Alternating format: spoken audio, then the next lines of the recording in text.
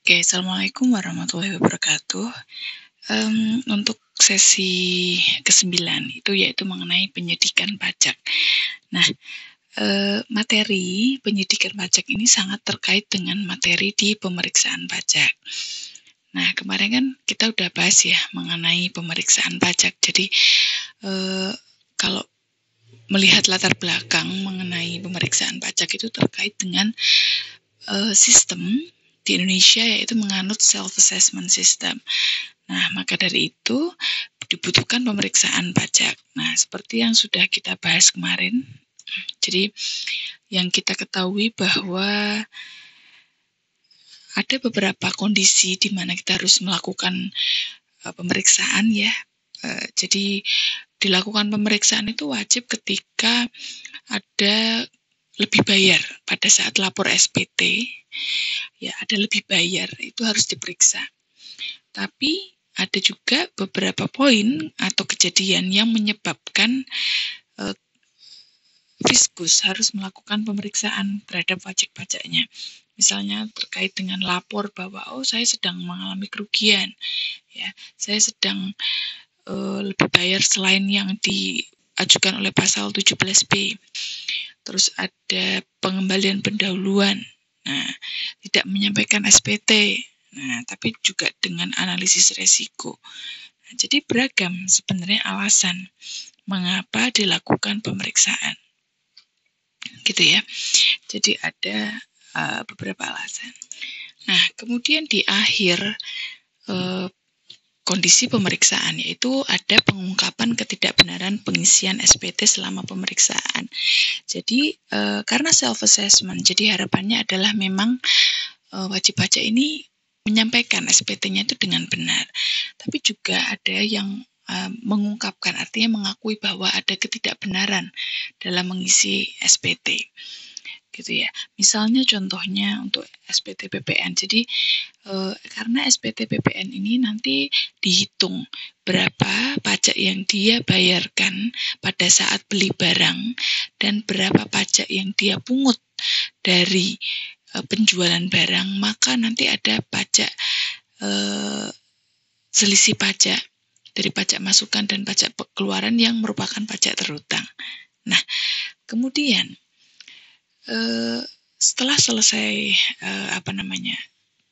hasil pemeriksaan ya dengan beberapa keputusan ya yang dimana ada keputusannya yaitu nanti ada yang sampai kepada kondisi quality assurance ya, atau dia berhenti pada membayar tambahan pajak yang terhutang atau juga dikenai denda. Nah, tapi juga bisa masuk kepada tindak pidana. Ya, makanya nanti ada usulan pemeriksaan bukti permulaan. Nah, pemeriksaan ini menguji kepatuhan kan kemarin. Nah, bisa juga diusulkan untuk melakukan pemeriksaan bukti permulaan secara terbuka. Kapan dilakukan itu? Nah, ketika ada indikasi tindak pidana di bidang perpajakan. Nah, jadi ada indikasi tindak pidana. Jadi, artinya apa? Bahwa adanya ketidakbenaran dalam menyampaikan SPT itu oleh wajib pajak itu bisa ada indikasi bahwa itu masuk ke ranah pidana. Gitulah. Nah, maka itu perlu dilakukan usulan pemeriksaan bukti permulaan. Nah, yang kedua adalah ketika si wajib pajak ini menolak untuk dilakukan pemeriksaan dan terhadap WP tersebut tidak dilakukan perhitungan penghasilan kena pajak secara jabatan. Jadi tidak langsung ditetapkan gitu loh secara jabatan. Nah, maka dari itu dari usulan pemeriksaan bukti permulaan maka nanti bisa masuk ke tindakan penyidikan.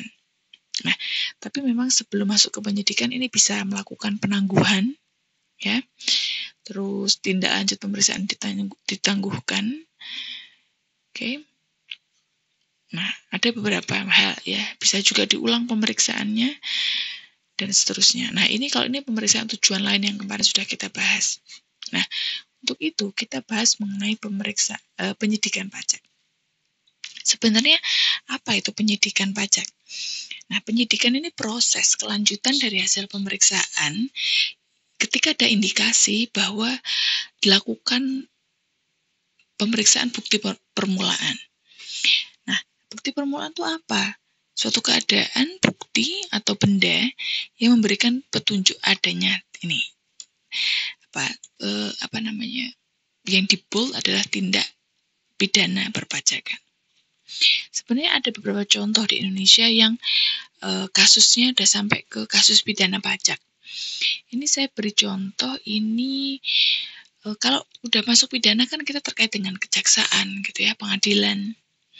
Di sini contoh adalah ada BP berinisial HI dikerahkan ke Kejaksaan Negeri Jaksel dengan kerugian negara 10,2 miliar. Oke.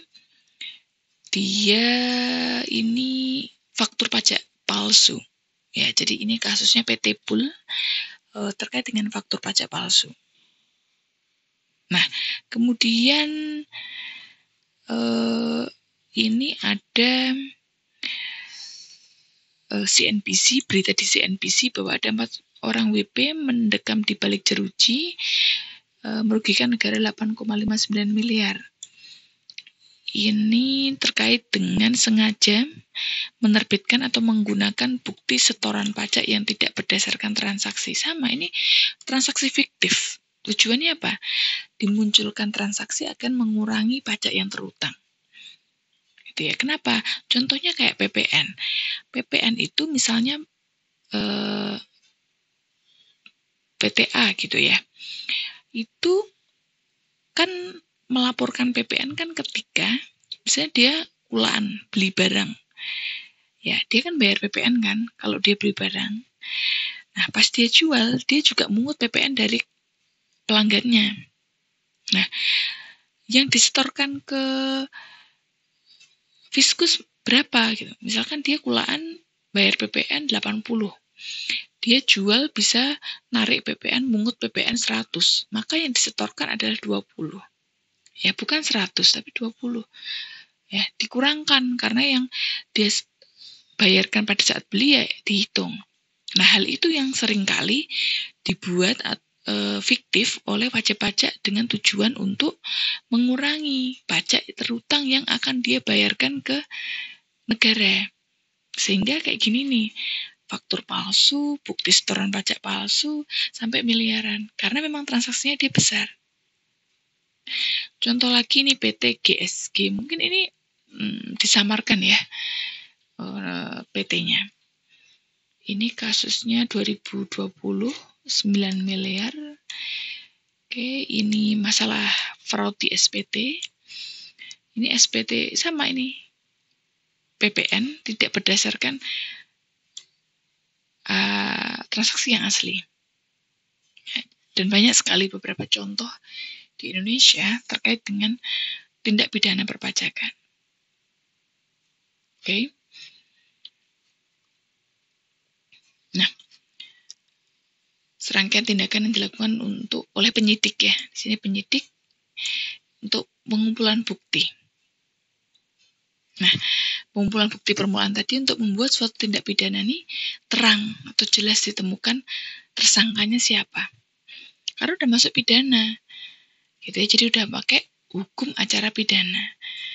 Tujuannya apa? Untuk menemukan bukti sekaligus tersangka yang melakukan tindak pidana perpajakan. Nah, sebelum kita bahas detail mengenai wewenang penyidik, saya akan memperlihatkan mengenai lalu tindakan apa yang sampai ke pidana. Jadi kalau tindakan pidana itu adalah ketika wajib pajak itu tidak memenuhi apa yang diatur di dalam peraturan perundang-undangan dan sudah dilakukan pemeriksaan namun tidak menemukan bukti ya tadi yang kita bahas ya, tidak menemukan bukti yang terkait ya keadaan bukti benda yang memberi petunjuk adanya suatu tindak pidana. Nah, apa yang dicontohkan dalam barang bukti dalam tindak pidana perpajakan? Nah, barang bukti ini merupakan bahan bukti yang telah disortir oleh disita oleh penyidik. Contohnya apa?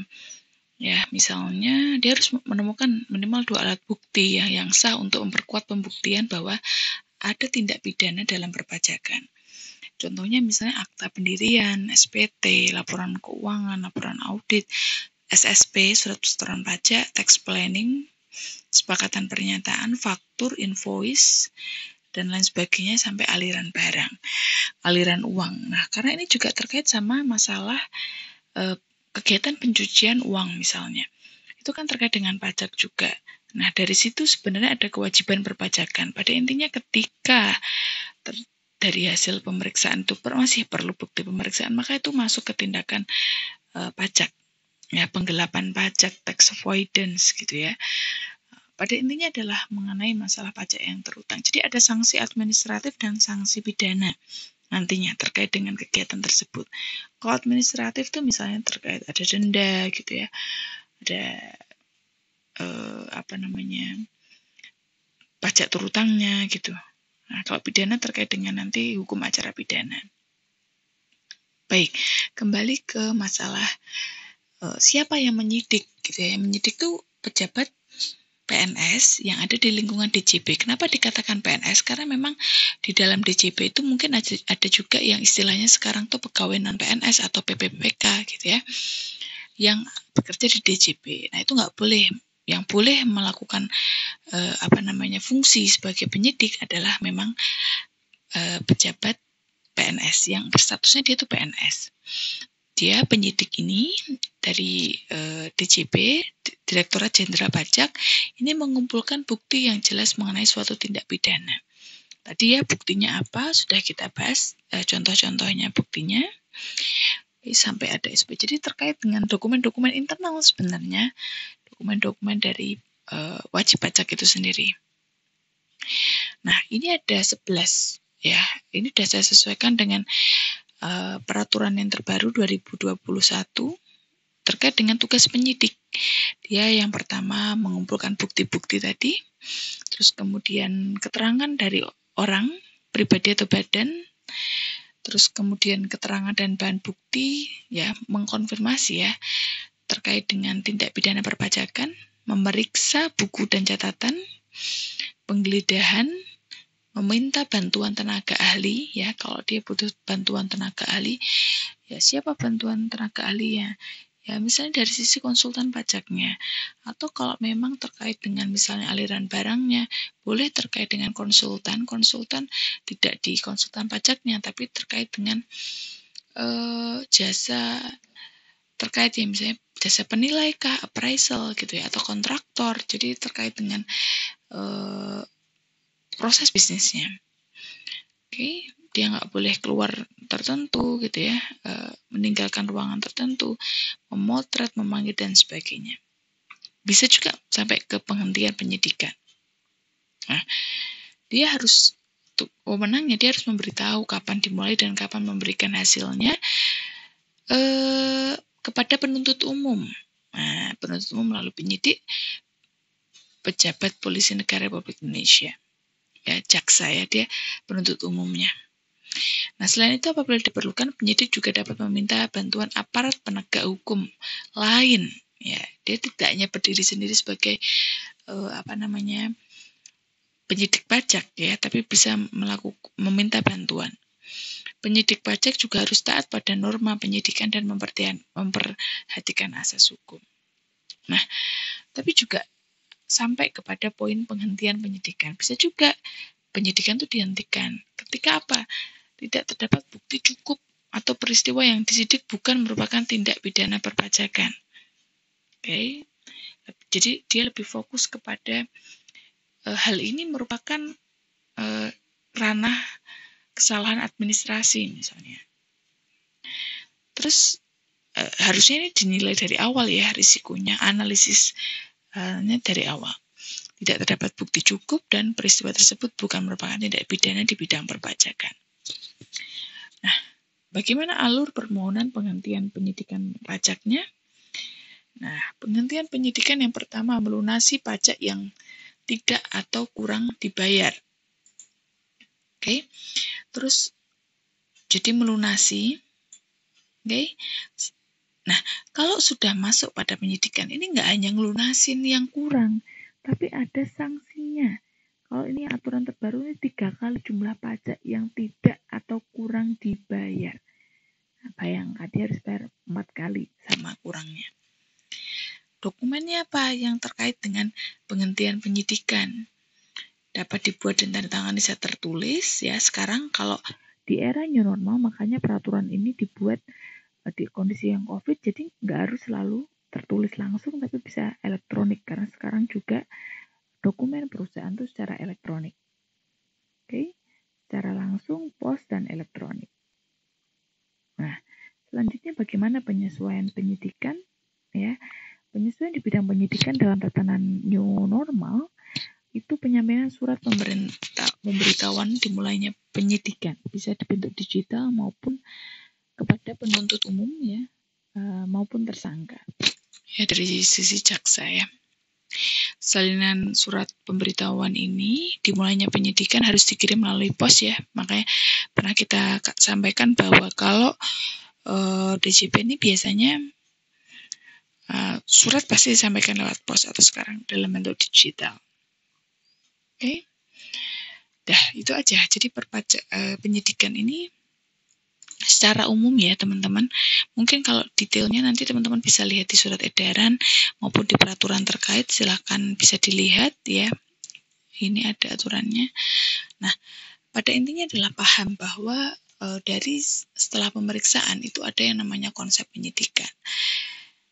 Begitu ya. Jadi tindakan wajib pajak yang harus dilakukan penyidikan. Ini banyak sekali di Indonesia. Yang terkenal tuh kasusnya Asian Agri. Nah, ini terkait dengan masalah